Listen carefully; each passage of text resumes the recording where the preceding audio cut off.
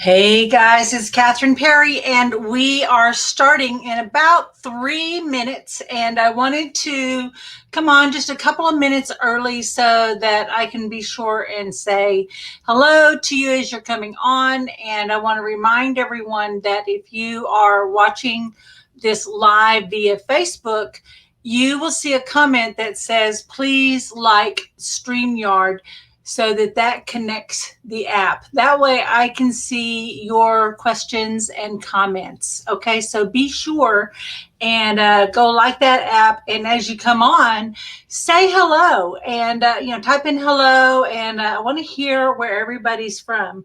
We still have about 2 minutes.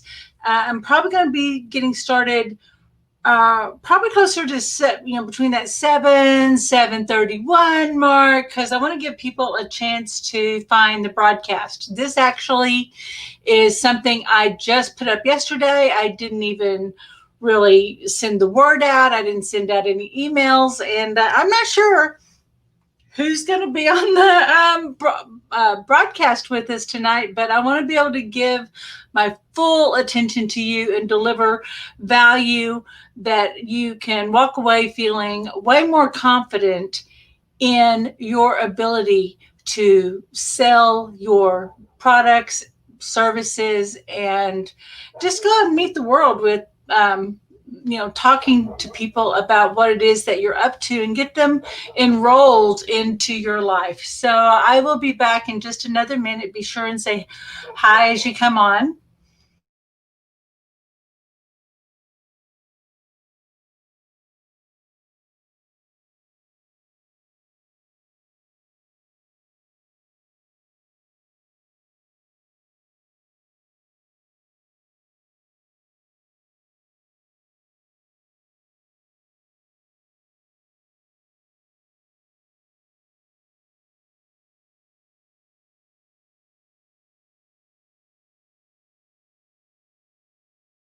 Hey, everybody, it's Kathryn. We have just another minute or so before it's time to come on.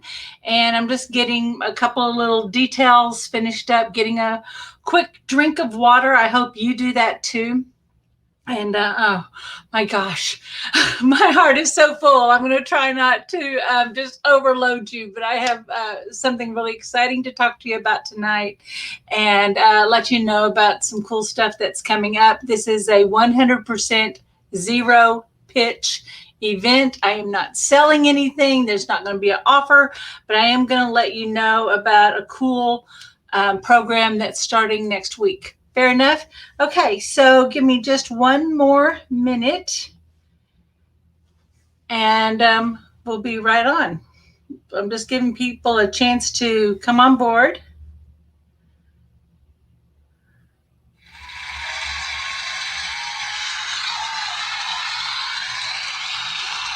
Hey, everybody. It's Kathryn Perry, the Big Vision Coach, and welcome to this special program that is Master Those Inner Forces and how to create sales by your command. This is probably one of my favorite topics. This is a topic that I don't really talk about in the One Command TOC Money Mindset Mastery group, but this is a conversation that comes up a lot in the virtual calls when we have our Wednesday virtual commanding wealth program calls. And it comes up with private clients, and it comes up in my mastermind, and it came up when I was teaching my virtual commanding wealth program. And it's this idea about this discomfort that people have around selling their products and services, and particularly when it's a unique product and service. And here I have a business that literally I don't have to have any inventory anymore. Back in the olden days, I had to have all these notebooks. Or I might have had manuals, and I had to have a meeting room. And so I had to have a place, and the place kind of gave me this little extra authority, right?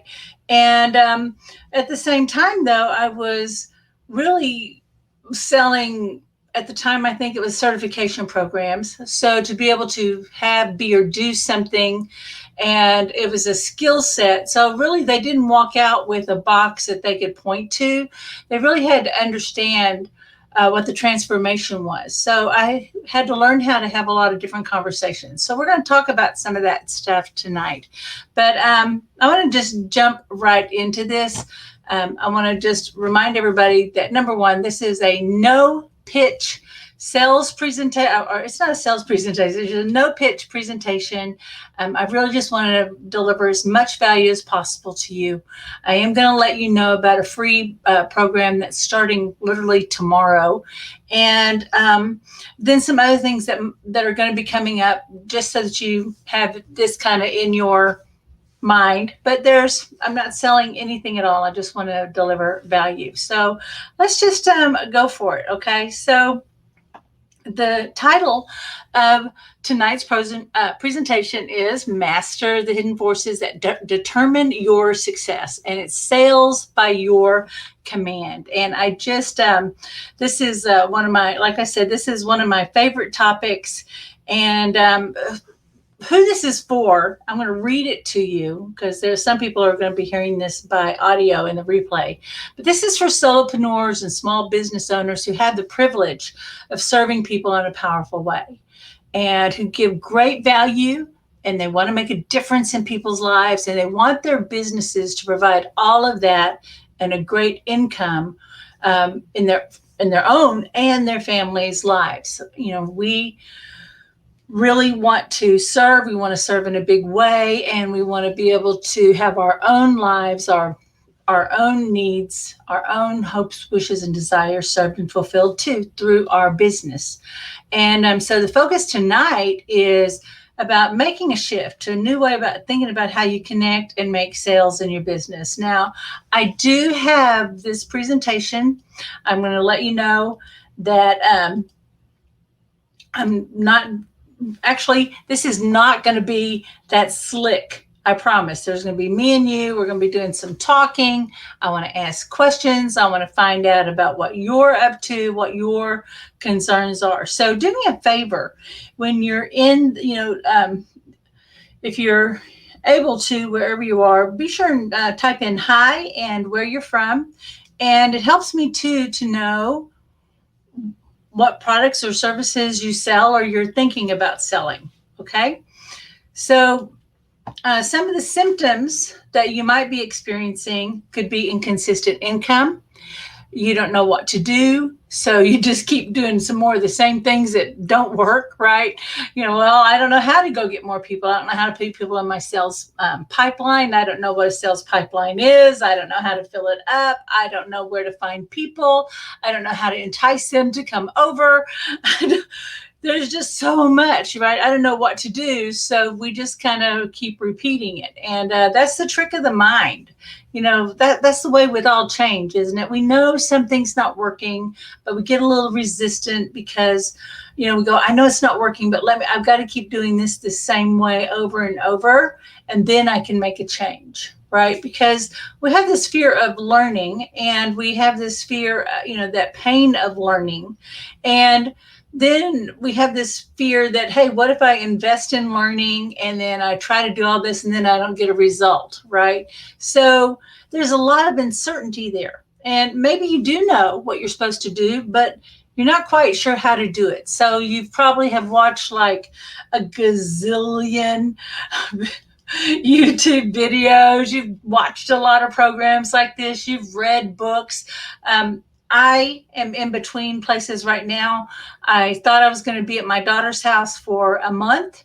And now it's because of the pandemic. I thought maybe a couple of months. Now we're coming on to 6 months. And all of my stuff that was at my last place, my sister, where I was staying in my last little cottage that I was there, she just sold the house. So everything's in storage. I don't know where anything is. But when I do have my own place, you will see that I have a great big bookcase. And if I were to let you in on my hard drive, one of my many hard drives, like my Dropbox and my Google Drives. I have 2 Google Drive full of stuff. I am an information junkie. Anybody else? I have got PDFs out the wazoo. So it's not really like we don't know what to do. We just don't know quite how to do it. We don't know what the missing piece is, because has this happened to you that you start to implement something? Go, oh, I'm going to learn this. I'm going to put together, the mighty sales funnel, right? Oh, I'm going to do a Facebook ad, or I'm going to do a webinar. I'm going to do this thing. I'm going to do the thing that the guru said to do. And you follow the instructions. And then this happens to me. There'll be like some little missing piece that keeps connecting the 2 things together. But intellectually, I get what it is, but I don't know what I don't know. Right. So that's a big problem. Maybe you're just catching clients and they're usually low paying, or the wrong client. Somehow, I don't know, maybe you tripped them at a networking meeting, or you connected in with someone. And this is really more of a sign of someone who's being passive. They don't have a clear message, and they haven't really drawn that line in the sand to say, this is who I am, this is who I serve, and these are the results that I get. So as a result of that, this is what you're going to wind up with. You're just going to kind of like people kind of find you. Back when I was first starting out, people would call and say, and this would I guess it would be around 2004, 2005. And people would call and say, oh, I heard about your services. And I go, awesome. How did you find out about me? And it's like, on your website. And it's like, that's cool.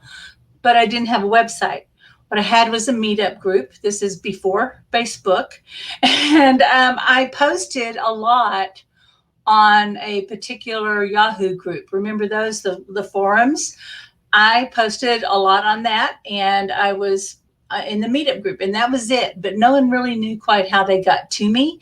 So because they didn't know how to get to me, I didn't know how to get them again, right? I couldn't really target this market. I was just kind of like throwing a bunch of spaghetti out on the wall. But I had consistent places that I was showing up, and I was having pretty consistent offerings. So it got easier for people to find me and identify who I was.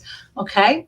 So these are some of the things that are happening. And then you might find that you're just, you want to do it. You want to get everything set up, but you wind up procrastinating, or maybe you're distracted by family, or there's business drama, or I don't know, a major worldwide pandemic might have thrown you off your game a bit. I'm not lying at all when I tell you that I got bumped a bit, guys. I had my big plan. I was so excited, right? And but the only thing that we can really count on is that life's going to change, right? And so when you have a clear vision and you have a strong enough reason to follow that vision, and then you make the commitment to do whatever it takes, you'll find your way. You really will. But if you don't have one of those 3 things, you're gonna fail. And I'm so glad what happened for me was that right at the start of the pandemic, I made an offering on a program. I'm convinced that I think I probably pulled back on my marketing just because of my own uncertainty, but I made a commitment to do the program. I had people sign up, and I delivered it because I said, well, hey, I'm creating a program here, and this is perfect to have a smaller group. I went up with a group of about 8 people. And so it was just the best 8 people that I could have ever gotten. They were like my ideal clients, and I just loved working with them. And my plan was to be doing the launch over and over again, but there was so much happening with the protest and a lot. I realized I needed to be quiet for a while. There were some other voices that needed to be heard. There was a lot of noise on the internet, a lot of distraction. And I just felt like people needed to be heard about things, and I wanted to be in a space to listen and do self-care. So if I hadn't have done that program, I wouldn't have had a project to pull me forward and fortunately take care of me financially. And because I had marketed that program, it helped to fill my coaching program. So that I was really very fortunate that there was something that I was able to commit to. And I questioned about what are the next steps because I got distracted by everything that was happening in the outer world. There's a lot of family stuff going on. As I said, my sister sold her house. She's moving up here to Burke Burnett. All of my life plans changed in about a space of 2 days. And so now I'm redoing that, but I'm not, I have this gift of extreme flexibility. What I also have is this incredible drive and discipline. And we're going to talk about that. What keeps people from really being in that, having discipline and taking that action and where that comes from. Okay. So these could be some of the symptoms. And of course, if we haven't had a chance to meet yet, I see the folks that are on the call so far. We call it the call. This is back from the olden days of when I was doing all the teleseminars, but here on the live-inar, if we haven't had a chance to meet yet, I'm Kathryn Perry, and I'm a lifestyle and business coach. And most of my clients are what I call boomerpreneurs, which means they're usually that age 50 and they're plus, they're kind of looking at that third chapter of their life. They're going, hey, I still have something to offer. I still want to do business, or I still got to keep working and a job's really not an option. So I help people to, one, identify what is going to be the best strategy to get there. Look how slick I am, right? But anyways, I'm just going to help them figure out what is that best strategy for them to create the income that they need in order to live the kind of life that they want to live. Okay. And surprisingly, people don't need to earn $100,000 a month to live a happy, fulfilled life. And when you get older, quality of life and relationships and doing things that you value, these are the things that you focus on. And so I help people build that life that supports those values and those dreams. Okay. Now, I also work with small business owners and solopreneurs, particularly on mindset, but because I grew up in a family business and I was a rehab and takeover specialist in the apartment industry for many years, and I've started many businesses, I have an affinity for independent consultant type of people, service provider types like realtors and financial people and accountants and people who work with close, intimate crews like a small team. And so I've even worked with churches and worked with the leadership and helped them get on track and pull together in a clear vision aligned to their values so that then they could develop programs to help support the church in their ministry. So this has shown up in a lot of different ways. And so this is a part of it. So I work with people in strategy, strategic planning, and I work with them too as far as helping to map out their sales funnel and to create their marketing and branding. But my real bread and butter is that personal mindset coaching, because I come from this perspective of being a healer. Okay. So that's me. And sorry, got to get to the right slide. Are y'all able to hear me okay? I want to double check because this always happens. I'm on a new webcam and I am not loving it, and I'm looking for one. And if anybody's got a recommendation for a webcam, please PM me, because I hate this thing and I need a new one. But I'm going to say, hey, Alvaro. And I see that there's a few other people on, but I can't see who you are. But anyway, I just wanted to tune back. But I want to just ask you, when it comes to selling, what comes to mind? For a lot of people, of course, the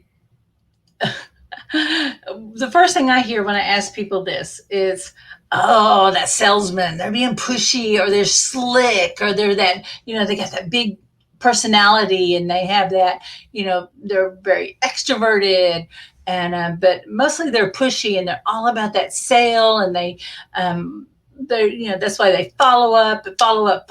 And, that idea comes, one, from television, but two, a lot of traditional sales and marketing training came from like this old school. And I could say Dan Kennedy's and, the whole Glazer Kennedy world, and other people kind of like that.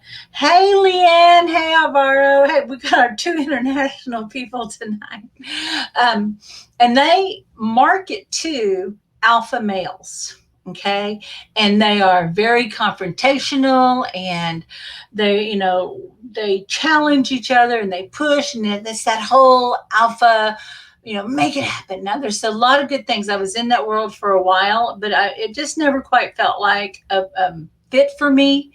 And I'm glad I had a lot of that training, but then I had to take what I wanted out of it and go do what works for me, right? So a lot of people are taught that model. Okay. The other thing that people are taught is to manipulate.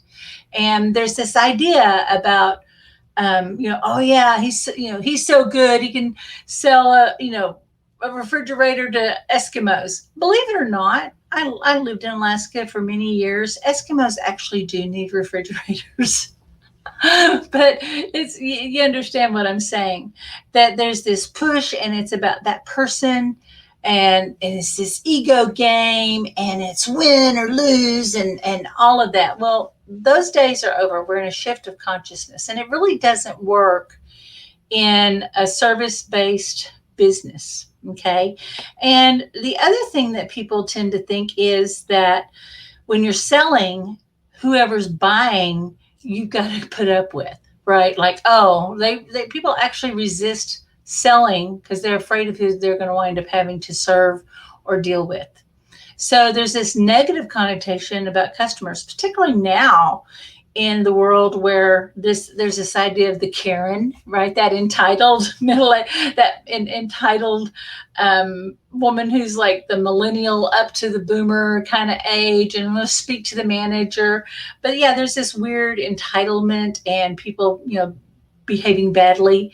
I've been in business for many, many years, and I have met those people, but I have to say, in this coaching realm and all of this, and probably in the last 25 to 30 years, I probably only met two people where I said, you and I, no, I'm going to give you back your money. This isn't working. I did not have to feel like I had to put up with anything at all. And they were telling me, it was like crazy stuff. I'm not going to go to the story, but I really always had that understanding about my authority, and I have to thank my mom and dad for that. And I'll explain a little bit about my background in a minute. Okay.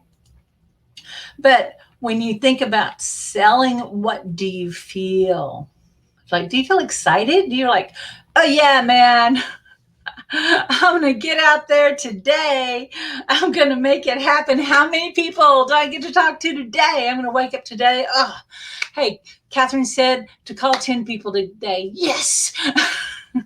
Well, there's this little thing called call reluctance. There's, most people, and I'm not going to lie, if I think about selling, to me, it's like this, all of a sudden my energy kind of comes like more into the middle, and I feel this push, and I feel anxious. But if I think about I just want to make friends, I want to make connections today. When I shifted over into that idea and having a clear intention on the outcome, like what kind of friends am I making, right? Why do I want these friends? And what do I hope these relationships could create for me? So I shifted over into, hey, I'm in the business of making friends, and I have to say I got that from Will Rogers, right, the great American humorist. Just figure strangers are people I haven't met yet, or friends I haven't met yet. So when I shifted over to that made a big difference for me. So when I think about my business, I naturally already think about who I want to do business with. And I like doing business with my friends. Okay. So I'm rolling that back a little. Do you see where this is coming from? It's like, if you don't feel like you're a naturally friendly person, or friendship is not a high value for you, that would sound like, yeah, that's nice, Kathryn, right? I don't want friends. I want customers. I got plenty of friends. right?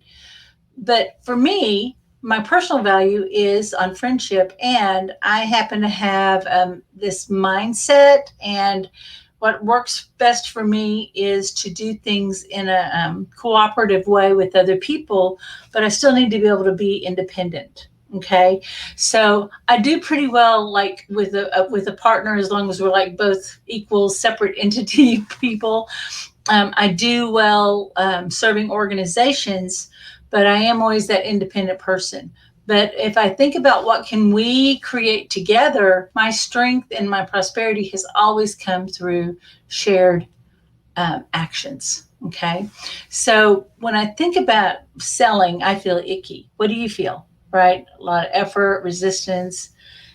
See, this light gives me spots in my eyes. So you see me, I'm not frowning at you, Alvaro.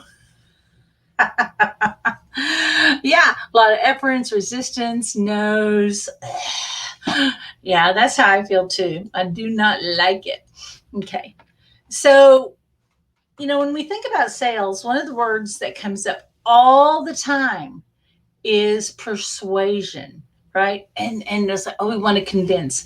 But I want you to look at some of these words. This is straight off of dictionary.com. I screen, this I totally just did a search, pulled up the word, and here are the words. And of course I misspelled it, but persuasion. And some of the synonyms are kind of yucky, like seduction and brainwashing and cajolery and conning, inducing, forcing, enticing. We're going to convert them. Right? Arm twisting, hard sell, sweet talking, winning over, pull, sell, squeeze, wheedling, right? It just snow job. I mean, everybody says you've got to master persuasion. Ugh. Why? That does not work with a lot of people's values. And why is it important to know how to sell and know how to really have a powerful, what I like to call a powerful conversation with someone? And the reason is that the world has already been changing, but you and I know in the last 6 months, it is completely turned upside down. And right now, I think it's something like 50 in America alone. I don't know. I can't speak to Canada or any place else, Alvaro, or Australia or Colombia. If you know your unemployment numbers, let me know. But right now, we have 52 million Americans unemployed. And we don't know where the next jobs are coming from. Some people are doing great. There are some industries that are not affected, like things that are IT, security, cleaning companies. Those are doing great. Anyone who's knows how to help people put together Zoom, anyone who's good with social media, that stuff is doing great. Home services are doing good. Any delivery services, they're doing good. Anyone who's working kind of with that Amazon world, there's some good things there. We're not even going to talk about other things, but everything has been moving to that freelance and that gig economy. And there's a word here that I don't know if you can see it, but it's kind of upper right hand corner, but it's self-sufficient. There's been a bigger desire to be self-sufficient and to have greater independence. And so people are working more on things like Upwork, I think, is one. Freelance. I'm going to share an infographic in the column here. And so that it lets you know some of the places that people are starting to find work. Not only just find work, they're creating their incomes, right? Now, I've been doing this for a long time, and I always had this idea about the concept of UBiz, okay? And I had this even back when I was working a job. And I really ingrained this in with my own employees and my team members, because I believe that everybody has their business as a soul on the planet. Okay.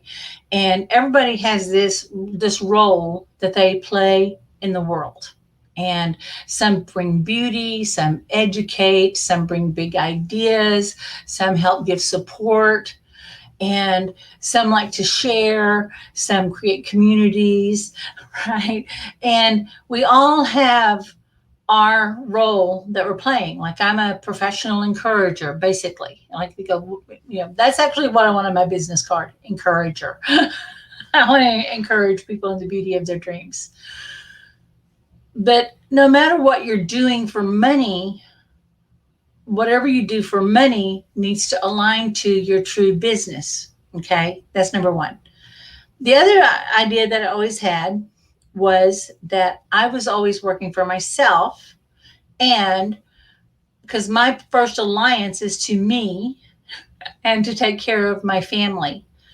Now, I say that as a recovering alcoholic who was the kind of employee that worked the salary jobs that were the 12 and 14-hour days, 6 and 7 days a week, on call all the time, and felt like it was all on me. And then when I really had that revelation that I could drop dead and they would be upset that I didn't give them 2 weeks notice before I dropped dead, I kind of got a wake up call on that, right? So I decided to start directing my work life so that, one, I had that sense of independence and freedom, because working like that set me up to be dependent and afraid all the time, stressed out. I hated this job, but I'm too afraid to lose it. I don't have enough bandwidth to go do the next thing, right? That's how I lived for a long time. Once I said, I'm in the business of me and building my dreams, and I am the author and the creator of my wealth. I'm going to take charge of my money situation, first by getting control over my debt, next, my spending, and then finally, how can I create more money than through a job? And that's really what set me on the path of the mindset stuff. I was having health problems, and I did believe in a body mind solution. I was having all these back problems, and it was from all the stress at work. But when I started studying that, it started opening my mind to, hey, there's greater potential. And I think he still sells it. I got to give a plug to this guy, Martin Silver, old school guy from the 80s. He had an incredible program called Passion, Profit, Power. I still remember the infomercial. And when I saw it, I was like, that's it. I got to see that. And I bought the program, which was a big deal because I think it was $150. And I think, I was not earning much at a time. In fact, I was working 3 jobs so that I could get out of debt and save all the money and do everything I could. But it was a hard life. And when I wasn't working, I was laying on bags of ice because my back was so bad. But listening to that and started visualizing and started saying, well, what is the life that I want? What is this potential? And he talked about getting out of the idea of being worthy of the money, but bringing something that is worth the money through the value. And he said this number. He said, yeah, now I make $2,000 an hour, which was blowing my mind because my little part-time job paid $750 an hour, and my office cleaning gig paid $350 a month, right? And so that really perked me up. But that exploded my mind. It's like, people are earning that, because I always heard about people making big money, but I didn't know how they made it.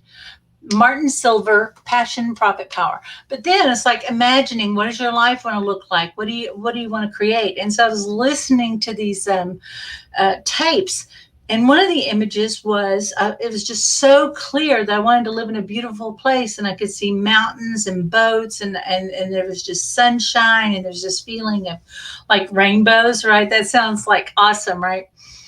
And I'm just listening to this, and it was probably 3 weeks to a month later, I got fired from my job. Not only did I get fired from my job, my car was totaled because I'd come back from vacation, and my car was totaled because my brother-in-law drove it without my permission, and I was fired on the same day I found out. So I'm living in Dallas, Texas, a place that you have to have a car with no job. And my boss said, "What are you going to do?" And I said, "I'm going to move to Seattle. I've been wanting to do that. I had just made the decision that if I ever had the chance, I'd move to Seattle because I just visited that city." Right. And it was just this like, ugh, I couldn't even believe I said it. And it turned out the money that was paid for the totaled car and I don't even think I had time to file unemployment or actually collect it, because next thing you know, I'm in a truck going up to Seattle with my 12-year-old daughter and dog. And then I think I was at my mom's house up there for less than a week. I got a job, and they walked me into the office, and they said, "Here's the view." And I looked out the window, and I'm looking at the Cascade Mountains, and I looked down, there's Fisherman's Terminal. And I swear to God, there's a freaking rainbow over the little inlet there. And so that really tuned me into the power of my mind and tapping into desires. And that set me on this whole other path, because I always knew there was stuff possible. I always knew that there was something greater possible, but I just couldn't quite seem to get there. I could not let go of the struggle. Now, we talked about right now, there's more independent people. We're having this big loss, right? And if we look at outside circumstances, it's going to be terrifying. And so more people than ever are looking at how can they take control of their financial future and still have freedom to, they still have dreams, but they want to move beyond surviving and be able to thrive. And they want to do it in a way that they have autonomy, right? You want to have control over their lives and their choices. And right now, it doesn't feel like we have a lot of control or a lot of choices. It feels like so much is up in the air. But, I gotta tell you, I was listening to some old, it was probably Jim Rohn, and he was saying, listen, these are terrible, tumultuous times. And I know a lot of people are afraid, and there's all this uncertainty, and things are happening in the streets. And this, I think this was happening, the recording was probably from the late 60s, right?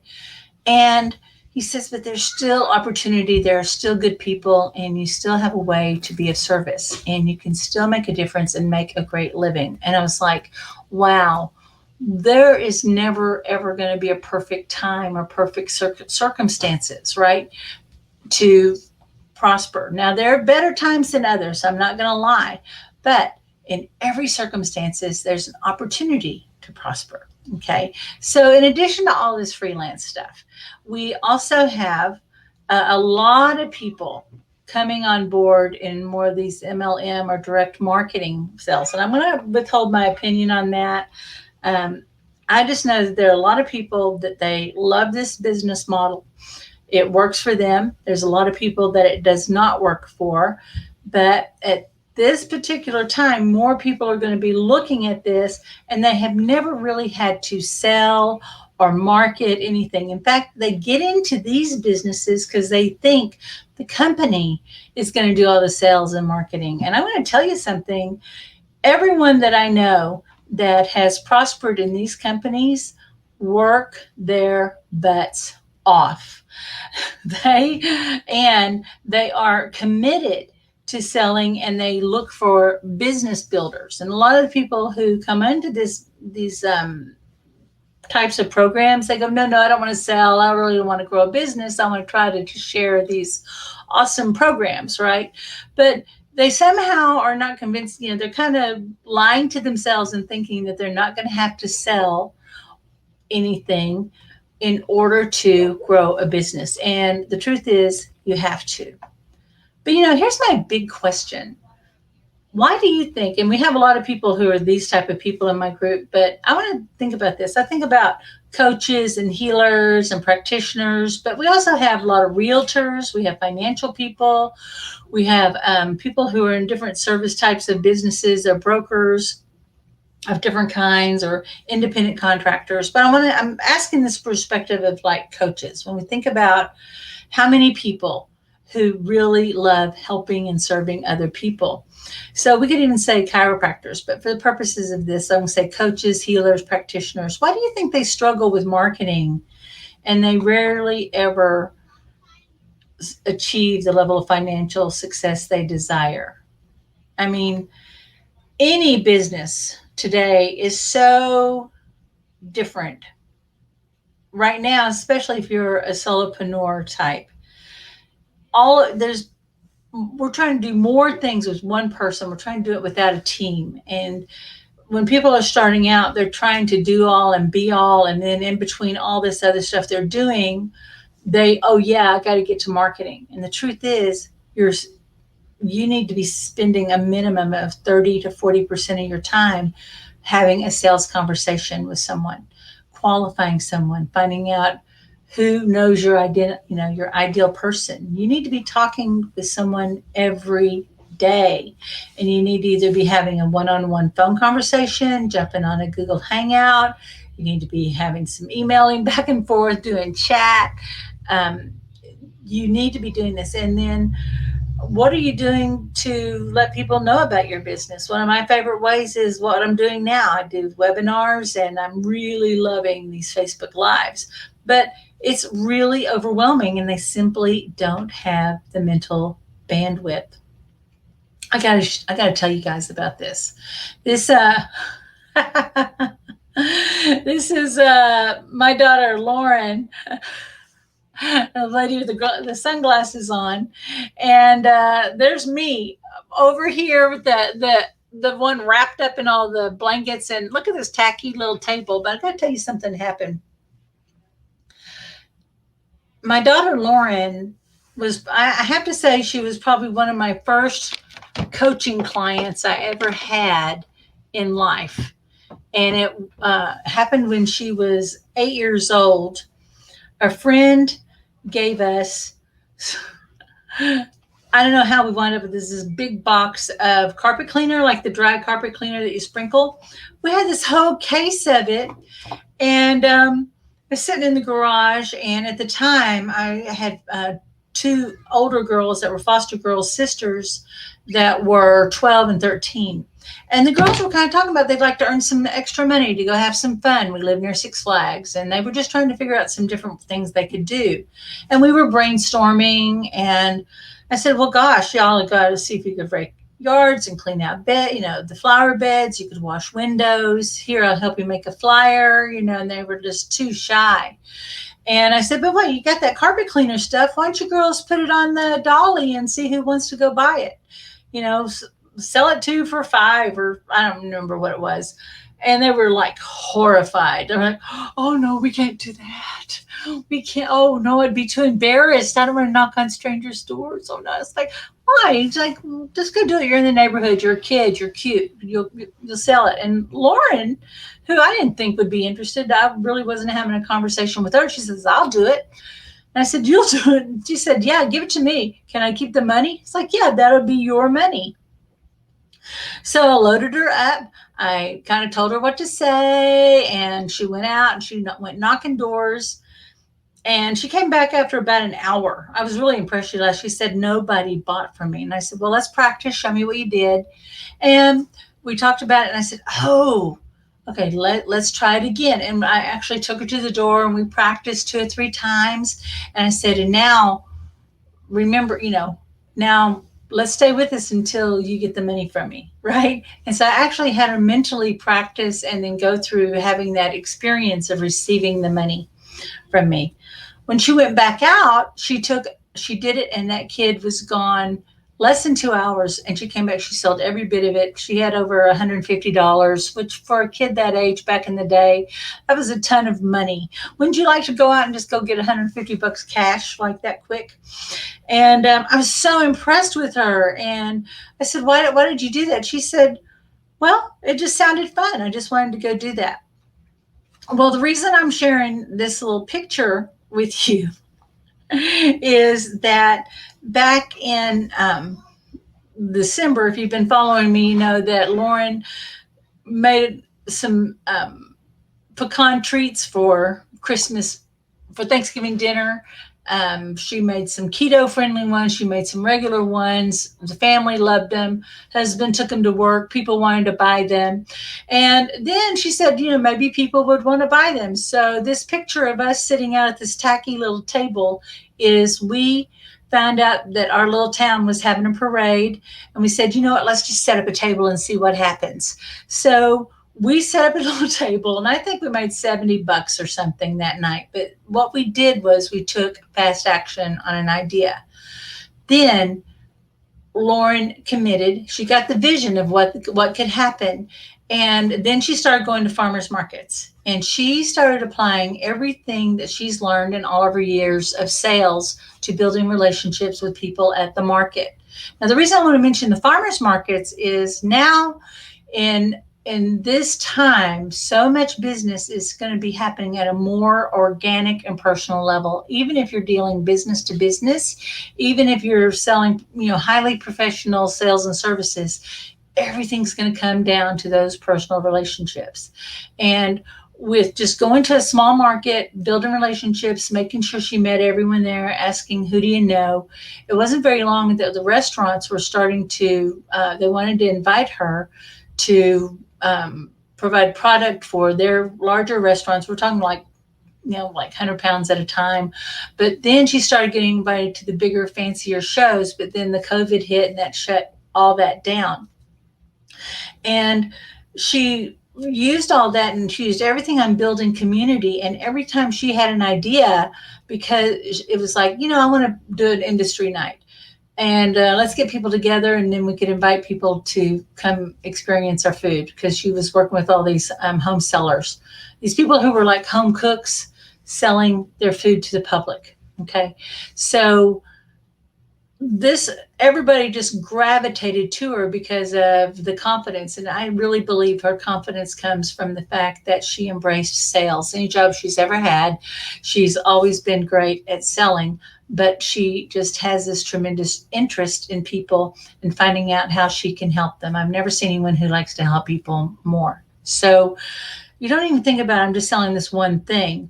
She's building relationships, and that's what sales really is. You're building relationships. That's all it is. And you're creating an opportunity to transfer value between those relationships. You're really not trying to push an idea off on someone. You're not trying to get somebody to take something that they don't want, need, or value. It actually feels yucky. Right? It's like, horrible. It's soul sucking. Anytime you do anything just for money, for some reason, you don't really get to keep the money. Have you noticed that? So I just wanted to share her story with you. I just so proud of this girl. Now I've got some ideas. I have a book. Two books actually I love by this guy, Ron Willingham. And he's someone who I was looking for, someone who talked about the beliefs behind selling and the structures of belief, and how can you overcome that? How can you have confidence? And he does a lot more corporate programs, but his books are just so beautiful because his heart comes through. And these are actually pictures of his adult children on the cover. But the inner game of selling, mastering the hidden forces that determine your success. Yeah, I stole that line. And then integrity selling for the 21st century. And he's really talking about how do people want to buy from you? What is it they need? How do they want to receive it? And this is the difference now. We were taught that whole thing about the golden rule, and it was do unto others as you would have them do unto you. Now it's the platinum rule, and that is do unto others as they want to be treated, and do it in a way that they appreciate is the rest of that. But this is really what it's about, because it's not about me, my way, and then there's your way, and then we're going to try to meet something in the middle.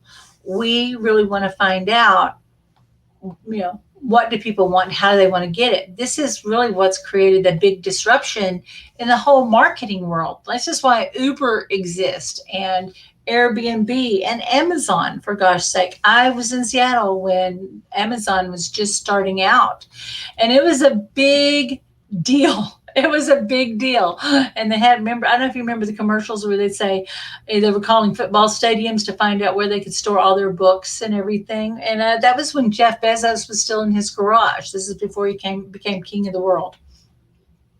But he really started saying, how do people want to buy? What are they needing now? Because their lives are changing. And so it's not just us giving it to them their way, Burger King, and it's not us trying to do it this way. We're like, how can we align in values so that we're both creating something in a way that serves us both, right? So it's not about bending to their will, it's aligning to their values, okay, and what's important to them.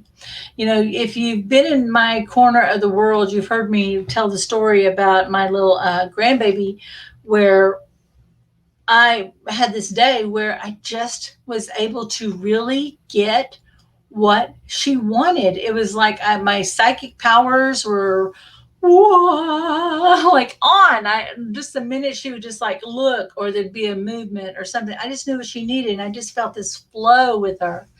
And my mom said, well, you're going to spoil that baby. And I said, how am I going to spoil her when I'm listening to her to help her get her needs met? And it brought me so much joy to be in that connection with her. And this is what we're talking about. It's being in this true connection with a client. And the thing is, if they're not the right client, it does feel like a disconnect. It's uncomfortable and it's a natural repelling. So you wind up creating all this marketing and your messaging and everything winds up being more of a pull method than a push method, which is that persuasion. I want you to get it. I'm going to trick you. I'm going to manipulate you. I'm going to do the magic pricing. Here's all the phrases, right? Here's the, say these 3 things. And, there is skill involved. There is some psychology. You need to understand that. And at the same time, unless you're doing it in integrity and you're doing it from your own integrity and you're delivering in a way that it is in integrity and congruent with them, then it becomes manipulation. Otherwise, it's flow. Okay. So one of the things that Ron talks about is that the reason that people are not able to sell their products or services, that they feel uncomfortable, is there's a lack of congruence. There's something that feels right, it doesn't look right. There's this level of discomfort. And very often it's a hidden discomfort. Now, we talk about this all the time in the commanding wealth world, right? We talk about the levels of belief and our unconscious beliefs and our programming and all of that. And we talk about values. We talk about a lot of this, but we really haven't talked about it necessarily in this context. Okay. And so what happens, honestly, is we kind of wind up doing a lot of inner child work so that people feel better and they can actually just get comfortable with allowing a new idea to come in. Very much like at the start of this, when I said Martin Silver, I'm listening, I'm laying in bed, I've got my headphones on, I'm listening to the Passion, Profit, Power, and he dropped in that one new idea that just kind of exploded my mind. But what immediately met that idea, like I got high, I got excited, right? You get, the possibility, we're going to go, right? But then what happens? The reality sets in, then we start taking those steps, and then our doubts and our fears. But then we have hidden demotivators. And one, it just could be that we have an inner operating system that does not match this new outer desire. And for a little while, this creates a little friction. Okay. But what Ron talks about, and I really love this model, I wish I was smart enough, but this is also based on a NLP model, and this is called a congruence model. And what he's broken down is that there will be some conflicting belief, and the areas that he's pointed out is number 1, that view of selling. And we covered that right away, right? Like, hear this Alvaro, the belief that consciousness services or healing or any type of helping are meant to be free. I'm going to talk about that. Don't let me forget. Okay. But that view of selling, we may have an unconscious view of our abilities. Now, what we're talking about is, hey, one, could I really sell? Could I really deliver a big value that would justify the price I'm charging? Right?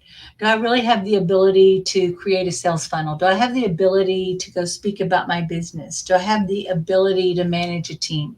Right. So we have some different beliefs about that. And it could even be our view of our abilities about selling. I want to mention one thing too, since we're talking about the view of selling and the view of abilities. You know, for most people, they do not self identify as a salesperson. Okay. They don't self identify as a salesperson. They self identify usually by their profession or the role they're playing in life, right? Like I'm a doctor, I'm an accountant, I'm a life coach, I'm a this, that, or the other, right? And then, oh yeah, I've got to do this selling thing. There's a pretty small segment of the population that self identifies as a salesperson. So having that incongruent idea about your identity, this also keeps you from adopting and adapting to sales skills and strategies, right? It stops you from being able to learn that. So you need to be able to see yourself as someone who has the ability to learn new skills and really look at sales as a skill. Okay. That's all it is. It is a skill set within your business. And as you develop that skill set, your personal growth is going to come from that. One, greater confidence, better quality of relationships. And there are some behaviors that go along with that actually start spilling over into your personal life. And literally, you wind up having a better quality of life. Okay. So when we're looking at this congruence model, also there could be a conflict in values. Okay. Now, part of that could be if we have that value in staying safe, right? We have a value in if we want to be honest and we have this negative view about sales, oh, well, then I don't want to be a liar. I don't want to push people. I don't want to promise anything I can't deliver. But remember how I said that I have a high value on friendship, on making friends and being in a lot of connections. Some people have a greater value on privacy. In fact, when I coach a lot of women, and they really have this big vision to help a lot of people, they really have to overcome a big fear of being seen and being visible out in the world because there's usually a history of trauma or abuse, and they want to stay safe. So there's this conflicting value. Okay. Now, and we may not understand the value that we're bringing, and we may not understand what value, what we're offering could actually mean to someone else. Like if you think about it, we always think about what's in it for us, right? And then in sales, they always go, no, everyone's playing in their mind that one thing, what's in it for me. But we forget that we are here to help find out what they need to be happy. We want to find out, we want to be able to tune into that. And we've got to think about what is the pain? Like, what if they don't buy your solution? What if they don't make a decision to make a change and their life continues on the way it's been? What's going to happen? That's the way you've got to look at it. And if you think, they'd actually be fine without me, then you're probably not going to have a high level of congruence because you've got to have a really belief that whatever your product or service is going to change. Okay. Now, the flip side of that is that if you believe what you offer could change someone's life and make a difference and really improve it, then you have a moral imperative to share that gift that skill, that service, that product, whatever it is that you're offering. It would be morally wrong to not share with someone. Do you agree? Yes or no? Okay. So I'm going to come back to you, Alvaro.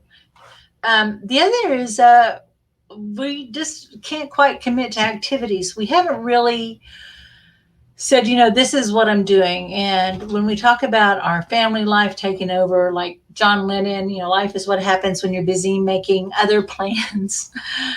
And oh yeah, I meant to do that. I was going to do that today. We really never commit, and we might even put it on our list or say we're going to do it, and then we wake up the next day and we do what we did the week before. Nothing, and we never really commit to taking that action. So we've got to make that commitment to those activities, and it's so easy when you're in this solopreneur type of business, or you work one-on-one, to really like, oh, well, yeah, I was going to make calls today, but I wound up working on my website. I wound up doing this and this instead. You've got to take control of your time, and we're going to talk about that. Okay. And then there's your own belief in the product itself.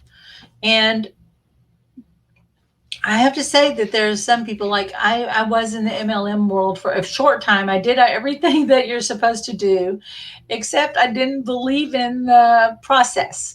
Okay. I had a big disconnect in the sales model. I loved the product, but I thought it was too expensive. I didn't like like kind of what the pricing model was. And so it's like, why does it have to be so expensive? Why does it have to be like this? Why, they're paying all these other people. So I had all these arguments, and I never could quite get over myself, even though I took all the right actions. Okay. And believe me, I worked a lot and I spent a lot of money, but I never really dealt with those inner beliefs. Okay. And so I failed. I absolutely failed at it. Okay. But these are the main ones, these 5 right here. Now there's another level, and, we have these beliefs about our customers. Will actually have negative beliefs about people's beliefs about us. And Alvaro brought one up, and it was the belief that consciousness services are meant to be free. And that's any helping services at all. And there's a little guilt around that. And I don't know how I got over that, but the way that I was able to frame it in my mind, there was a couple of ideas. Number one, do you believe like a singer, like someone who has an amazing voice, like we always used to say Whitney or Mariah, but the guy who was in now I can't say his name, it just slipped me, but there's different people that you hear them, that this is like a God-given gift, right? And that they spend a lot of time and effort and energy to develop that skill and that gift. They invested in it, they practiced, they suffered for that, even though they had that natural ability, right? So singers come to mind. Do you have any problem at all buying an album? Remember in the old days, we buy an album or cassette, and a lot of people pay for concerts. They go to Broadway shows. They fly out to Vegas to go see people. They're happy to pay for that experience, to be near that, to experience that moment, because it's transcendent. It enriches their life so beautifully, right? So if it's not wrong to pay someone who has that gift, why would it be wrong to pay me, right? And I have a gift that I feel is God-given. I bet you do too. And I spend a lot of time, effort, and energy to develop it. And I spend a lot of money on learning how to best present it and market and stay in my personal development so I'm clear, so I can be the best version of myself to help people. So I absolutely see the alignment in that. The other thing is that I'm a realist, and the state of, TXU Electric and the gas company and my landlord never cared that I was on a mission from God. For some reason, they wanted to get paid. So I didn't want to have to come home after work and do the thing. I wanted my work to support me. And in order to make sure that I could be available to people, I needed to be supported in my work. So I charged. It made perfect sense to me. And until I start getting my, psychic healer teacher discount from the world, I'm going to be charging, right? It's just an exchange, right? And so it just felt very matter of fact. I read a book one time. I was talking to Billy Ann, are you here tonight? I was talking to Billy Ann about it, and I said, the biggest wake up call was I was reading this book when I was first looking at like being a healer because I have intuitive gifts and like, what do I do with this thing? And it was talking about people who made their living doing that. And one guy was like, well, yeah, I try to ask for donations and they only pay $5, $10. And, I help them with things that they could pay thousands of dollars to a doctor for, but they might only give me $5, maybe $20. But fortunately, the Lord allows me to earn money through racetrack, right? And so he made all of his money by betting on the ponies. And for some reason, that just was such a big disconnect. That was like one of those kind of jarring things. I went, if God gives you the gift, if you believe in that, if God gives you the gift, then you have the right to be supported in that gift. God's going to make the way, and He's made the way through your own greater intelligence. Okay? So we're going to talk about this. We're going to talk about this some more. Okay? I'm going to take a little sip of water. If you just excuse me. Now, y'all know me. You know that I work with the processes of one command, and I teach a program called Commanding Wealth. And I just wanted to give you a heads up real quick that the next Commanding Wealth is going to be starting August 19th. And if you like to do affiliate marketing, I am going to have some affiliate marketing opportunities available. And so please be sure and message me. And of course, if you want to register for that program, be sure and connect with me. But I work with the process, the one command, and we teach people how to go that 6 steps to theta. Now, why this is important is right now you're in your ordinary level of thinking and you're meeting the world based on filters of reality that I kind of show like a little telescope here. And all of those filters are preset. We're conditioned by our families and our religion, and we're conditioned by life and our society. There's so many filters put on us, all these rules, and we make all these decisions, and then we have these experiences, and then those experiences cause us to have beliefs, and this starts to narrow our sense of what is possible and what we're allowed to do and who we're allowed to be. And it narrows it so much that literally opportunities are invisible to us. Okay. And we only know of what's possible because of our hopes, wishes, and desires.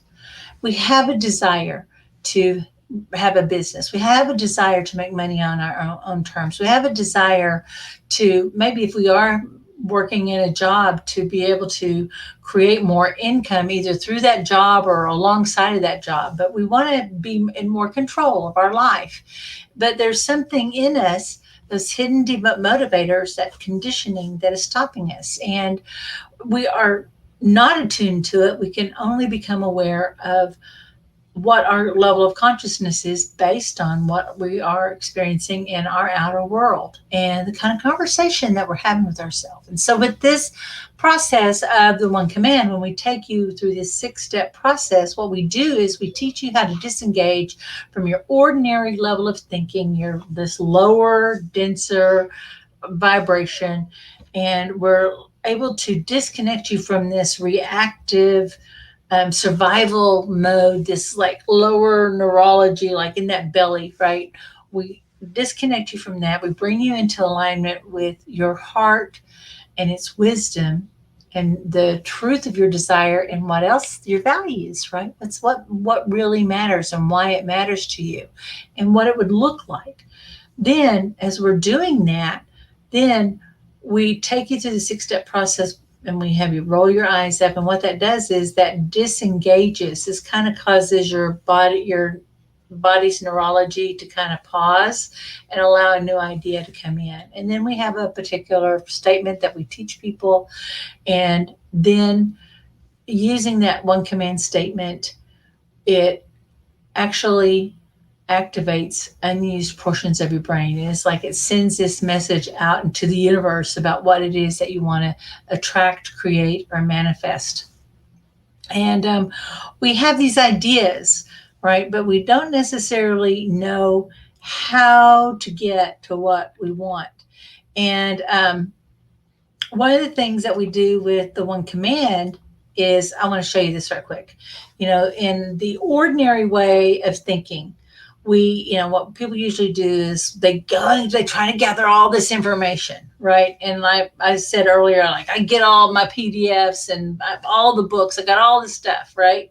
I got it all. I'm a knowledge junkie. I love learning stuff. But then, then we try to practice and then we apply it. We try to connect the dots and then we start doing the stuff. Once we start taking action on it, that's when we break out. Then once we start taking action, we notice what works. And then from there, we create a strategy. But the thing that takes you from point A to that point Z faster than anything is really your intuition. But here's the thing about intuition. Now, we all have this extra ability. Every person, I've never met a person in my life that has not had some type of extraordinary experience where they said, how'd you think to do that? I don't know. It just kind of came to me. I just did it. Something arrived.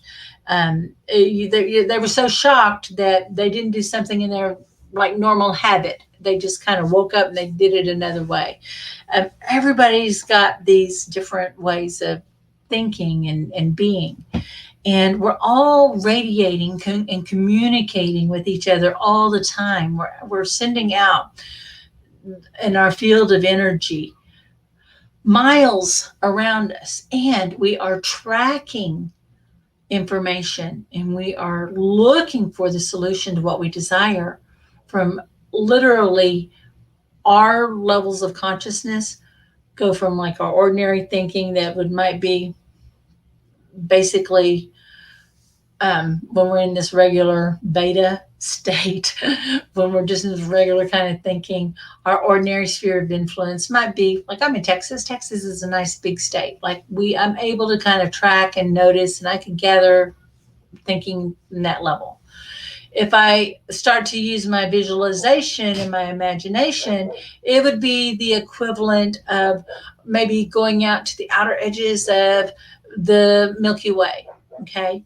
Now that's cool. The only thing is that I can't really visualize or imagine anything I've never experienced before. Now I could kind of reconfigure some things, and I could say, well, if I wanted to know what it was like to fly, I would be like a bird, right? It's more like association, but it's not really like, there's this entire new concept called flight, and I'm going to find out how I can get enough propulsion and lift, and I'm just going to just take off. We're already associating to what we know, and that's what I'm talking about. This is really what can happen in that alpha. But then when we expand out to that greater consciousness, and we're going out to like what would be called maybe the outer edges of the universe and even parallel universes, that's when we are in the theta brainwave. And when we go into an even greater brainwave is when we're in the gamma brainwave, and it's very fast. And this is that ability to put things together. And what we do with the 6-step process is we have broken down those steps of what would happen if, like, let's say you spent many years meditating and studying and then going and trying to have all these different experiences and breakthroughs. We've actually broken down those steps and created a model. Sarah Lovejoy is the author and the creator of the book, and she modeled that behavior. And then for the last 15 years or more, have been, both she and I and other trainers have been taking people through that process to activate new levels of their consciousness. Now, I haven't even started talking about these other fields of consciousness, the unified thought forms and everything else. But in this intuition, our intuition actually builds on all of this. It ties it all together. And that's actually why we're able to go from this point A to Z so quickly. It just bypasses everything. It feels right. You get the idea to do it. And then your words seem to kind of like you get the image to do it. It's in alignment with your intention. And then you speak it, right? You say yes to it. And then something amazing happens. And what happens is we kind of get hung up on the details. And one of the powerful things about the one command is that we are able to meet those details and those hidden demotivators and those things that are incongruent in a way that allows us to bypass the concern, the block. We bypass it and we're able to go right to that solution. It's so beautiful. I've been doing this on one level or another, but I will never forget one day. Back in the days, I was working in apartments, and the particular property I was on was it was a distressed property. They had done rehab. Things were not going quite the way it needed to, and because there was so much construction outside, it had really slowed down the leasing. Now, typically in this particular office, we could count on probably 20 to 30 apartment leases in a week. That would be pretty average. No, actually, let me lower that, because that would probably be closer to 10 to 15 was like, okay, but we need more, right? But that was kind of the sweet spot. So it'd been 2 weeks and there was nothing. And the leasing agents were getting a little antsy. I was an assistant manager, and I loved that position of being the assistant manager because I kind of saw myself as this kind of professional thumb. Like, I got to connect with the leasing agents, and I worked with the manager, and I worked with the owners, and I worked with the residents, and then even maintenance. And so I got to kind of touch and be in relationships with all these different departments, but there was kind of a level of responsibility I didn't have. Like, I never got blamed for anything. All I had to do is make sure all the rent was collected, and I was a hero, which there was no problem there. But I really loved that position of helping a lot of different people and using a lot of different skills. And it was a fun office too. So I said, oh, guys, let me teach you this thing about creating a pole of light. And I'm going to teach you how to do this. And so I took them through a very basic version of the one command, where I just had them visualize the pole of light, go up and say, I don't know how. I have lots of leases. I only know. I have a great commission checks now, and I am fulfilled, right? And we just let that go. And then what I did was I just had them blow up that light, right? And just send the message out that we're open for business. We're open for business. And I don't know how great residents come in and lease the apartments. I only know I'm having a great time leasing these apartments now, and I am fulfilled. And then I had them visualize, like, hey, what's going to look like when those checks come in, and you look at your commission check and you get to spend that money, and what are you going to do on payday? And the girls really just got into it. There was two leasing agents, and we just had the best time. We really built up that energy, and they were like, wow, that was so fun. Thank you. I just feel better. They wound up getting 22 leases that week. And they said they couldn't believe, like, 4 people came in, like, boom, like that same day. Like, it literally been dead. 22 leases. They go, could we do that again? So we got out of that what's not working, and we focused on what we wanted. We brought up the energy, and we let ourselves go because we had no idea. We had done everything we possibly could do to market this and connected with everyone that we could do. We put out all the flyers. We called everyone. We followed up. We did all the stuff.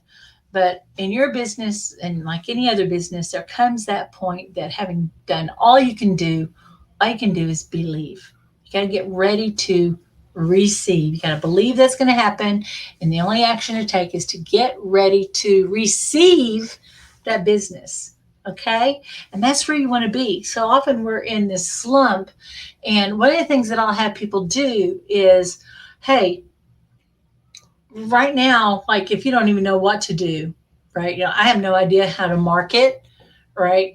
And sometimes they go, oh, but you just start calling everybody. But sometimes that's a little bit of a too big of a leap, right? You're not comfortable. You're not in the mindset, and you're feeling a little needy. Like when things aren't going good, it will actually shut you down too. That you feel a little embarrassed about your circumstances, and you need it too much, and they can smell it. Those that they know, and you know they know, and it's bleh, and you feel fake and grimy. It's very, very uncomfortable, right?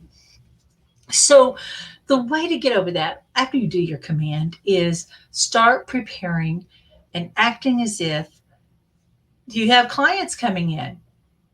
I have clients coming in. I don't know how I have clients coming in. I only do now, and I am fulfilled. Well, if you had someone call you today and they needed to get started, what would you need to do? Do you have forms? Do you need to get your desk cleaned up? Would you have emails ready? Start preparing for the client that you are about to get. So do something concrete. Like I used to make sure back in the olden days, I would get my clipboards and make sure I had all my papers on there because everybody used to have to sign up and sign some forms and everything. And I would clean my house because I saw clients in my house and I taught classes in my house. And I'd make sure my laundry was done. So my every action supported that. I acted as if I had clients coming to my house the next day. Okay. That's exactly how I acted. So, what could you do that would be the equivalent of being ready for your good to arrive? And then that gets you in this different state. And then you would be thinking, well, if they come, what would we do? What am I going to offer them? What kind of choices? And then you could maybe get whatever your offer is honed. And then when you're in this what if and I'm ready and you're imagining, that starts activating your mind. And then certain ideas and people one will call and email out of the blue, but then you'll get an idea and it'll be easier to take action because you're already in motion. If that's helpful, give me a thumbs up. Okay. Woo, has this been helpful so far? I just always feel like I get on here and I got so much I want to tell you about. I want to just let you guys know that starting tomorrow, I am going to be doing a 5-day challenge called the Sales Mastery Mindset. It's a 5-day challenge. And what we're going to do is we're going to be uncovering these hidden beliefs and starting with setting a powerful intention. We're going to be doing belief work. We're going to be talking about some strategies. I'm going to be sharing some of my processes. And then I'm going to teach you how to have a powerful conversation with someone that delivers great value just in the conversation, but also helps you determine if those people are a right fit or not. And it's this graceful transition into them either saying yes or not yet, or a clear no, but it's a very graceful process. And what happens is they get pulled in to the process with you and they start having a really honest conversation. And then there's none of that trying to, do persuasion and 3 closes and that always be closing, everything, all of that stuff. Now, the way you get a hold of this, I am so bad. I don't even have a special sales page, but all you got to do, if you haven't already, is I'm putting it in the chat bar. And that is to go to the Facebook group, the Master Your Money Mindset group. I put the link right in the bar there, the chat bar. And all you got to do is go there. I'm going to be starting live. It's going to be this same kind of format. And we're going to be meeting at noon, Monday through Friday. I've got a Google file with that will have the handouts for you and some little extra bonuses to help support you on your journey. And this is going to be a time where we can just find out. I just want to play with you, right? And this is really to find out what is that hidden demotivator. But here's the other thing. I'm teaching people how to uncover their own secret profit map, because when you create that greater vision about what it is that you want to create, have, be, or do in the world, the map and the way to do it, the best methodology is inside of it. The pitch is there. The funnel is there. The strategies are contained there. And I'm going to teach you how to tune into that. I'm going to teach you also how to have this kind of on the inners conversations with people so that you can uncover their hidden like what are their challenges, what are their arguments, what's happening in their mindset.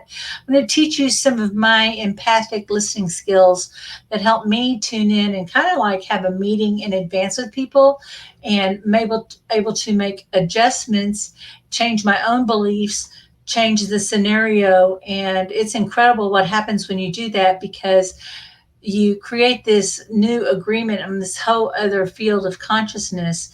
And it feels like a done deal when you go meet them and you start meeting people in this whole new level of confidence. And I hear all the time, it's like, I feel like I've known you forever. This is so easy. It's like, how did you know? I feel like you're reading my mind. And so I want to share some of these. It's kind of like a little psychic cold reading, but it's different. It's very different. And I've shared with this on some of the different calls, but I want to really go into detail on this. So all you got to do is go to that Facebook group, you join, and it's an automatic approval. Say hello, and then tomorrow at noon, you'll see me pop up in the Facebook live feed. Okay, and I'm going to go in and say hello to everybody that came on. That's all. That's all I just wanted to tell y'all about. Okay, so that's happening this week. And then I want to be sure and mention to some folks. Let me see if I have it here. Oh, yes. Thank you. Thank you so much. And I want to remind you that if you are an affiliate, I have a program, that virtual commanding wealth program, and it's actually going to be expanded because it's an 8-week program, and I'm going to turn it into a year-long program. So the price is going to be adjusted to help cover the mentoring costs that's going to be happening there and all the additional materials that are coming in. So if you are interested in partnering with me on that, I want to get some more information on what an affiliate program could look like, message me. Let's talk about it. Okay. So that's what I have tonight. I would love to get your feedback. Who has some questions or a takeaway? Was this, number one, was this a value? Did I deliver on my promise? I'm drinking Sonic. If y'all live in the U.S. and y'all see these commercials and you don't know why you have to look at them, it's because us, we get to have Sonic. I'm drinking a cherry limeade right now. Okay. Any questions or comments? All right. Well, I just want to say thank you so much for being with me tonight. And if you want to work with me one-on-one or talk to me about the affiliate program or partnering on some other things, or if you have a group that you think that the One Command may be a fit for, let's have a conversation. All you got to do is book a discovery session, and it's a bit.ly link. I'm going to say it for the sake of people listening to the audio recording. It is bit.ly / and it's Big Vision Coach.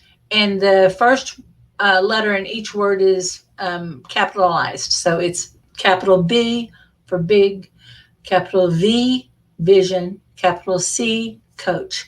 And you click that, and that'll take you to my Calendly calendar, and it sets it up for about half an hour. So all you got to do is book that. Okay. So I just wanted to say thank you again. I appreciate your time. And since I'm just checking back, looks like I don't see any questions, comments. Thank you. Hey, I wanted to say thank you, Linda, for being on, Navarro and Cindy and Leanne. Thank y'all so much. I just jumped on and did this tonight. And if you have, again, any questions or anything, you can just shoot me a private message. I'm going to be watching the replay. And if someone has questions or comments, be sure and hit hashtag replay, put that in, and I'll make sure to answer your question. So I think this is a good point to stop so I'm going to let you go ahead and go back to your Sunday evening. And until next time, this is Kathryn Perry, the Big Vision Coach, and I witness your mastery. Bye-bye, everyone.